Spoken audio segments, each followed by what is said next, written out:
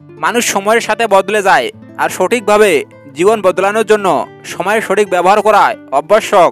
কেননা একটা সময় পর আপনি দেখবেন যে আপনার জীবনে সব আছে কিন্তু সময় নেই। তাই সময়ের মূল্য দিতে শিখুন। সময় আপনার জন্য অপেক্ষা না করলেও আপনার কাজগুলো আপনার জন্য অপেক্ষা করে থাকবে। অর্থাৎ সময় চলে গেলেও কাজ ঠিকঠাক করাই লাগবে। যখন আমরা আমাদের কাজগুলো করে ফেলি তখন সেই কাজগুলো আকারে বড় হতে থাকে, অর্থাৎ নতুন নতুন কাজ এসে যুক্ত হয় এবং আমাদের কাজের পরিমাণ আরও বেড়ে যায়। এক কথায় সময় কিন্তু থেমে থাকে না, কাজগুলো থেমে থাকে, যার ফলে আমাদের সময়ের সঠিক ব্যবহার নিশ্চিত করা অত্যন্ত প্রয়োজন। সময়ের সঠিক ব্যবহার না করলে আমাদের কাজ বাড়তেই থাকবে। আপনি যদি প্রতিনিয়ত এরকম ঘটনার মুখোমুখি হতে থাকেন তাহলে আপনার নিজের প্রতি আত্মবিশ্বাসও কমতে থাকবে। এরপর এক পর্যায়ে এসে আপনি ভাববেন যে আপনার পক্ষে আর কোনো কিছুই করা সম্ভব না।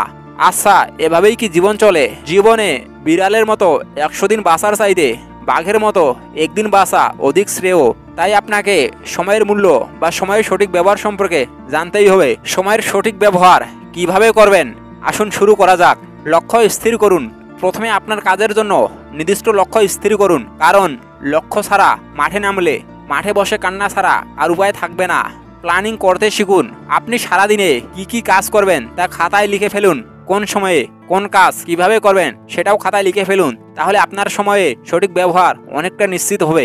গুরুত্ব অনুযায়ী কাজ সাজান।